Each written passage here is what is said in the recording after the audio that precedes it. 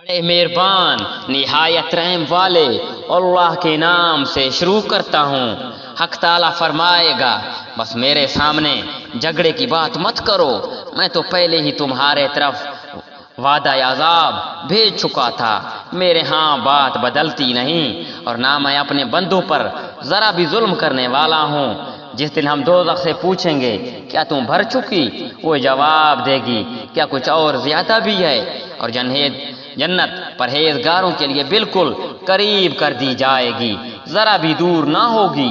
یہ ہے جس کا تم سے وعدہ کیا جاتا تھا، ہر اس شخص کے لیے جو رجوع کرنے والا اور پابندی کرنے والا ہو، جو رحمان کا غائبانہ خوف رکھتا ہو اور توجہ والا دل لایا ہو۔ تم اس جنت میں سلامتی کے ساتھ داخل ہو جاؤ۔ یہ ہمیشہ رہنے کا دن ہے، یہ وہاں جو چاہیں انہیں ملے گا۔ ہمارے پاس اور بھی زیادہ ہے، اور ان سے پہلے بھی ہم بہت سی امتوں کو ہلاک کر چکے ہیں جو ان سے طاقت میں بہت زیادہ تھیں۔ وہ شہروں میں ڈھنڈورے ہی رہ گئے کہ کوئی بھاگنے کا ٹھکانہ ہے۔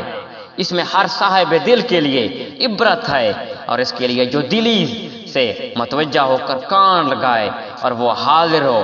یقیناً ہم نے آسمانوں اور زمین اور جو کچھ اس کے درمیان ہے سب کو 6 دن میں پیدا کر دیا، اور ہمیں تکان نے چھوا تک نہیں۔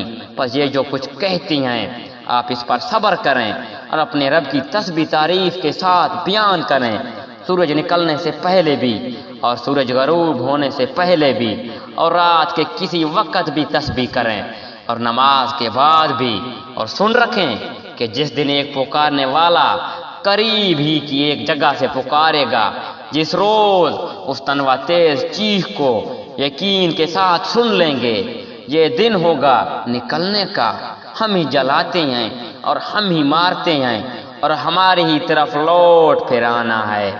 جس دن زمین پھٹ جائے گی اور یہ دوڑتے ہوئے یہ جمع کر لینا ہم پر بہت ہی آسان ہے۔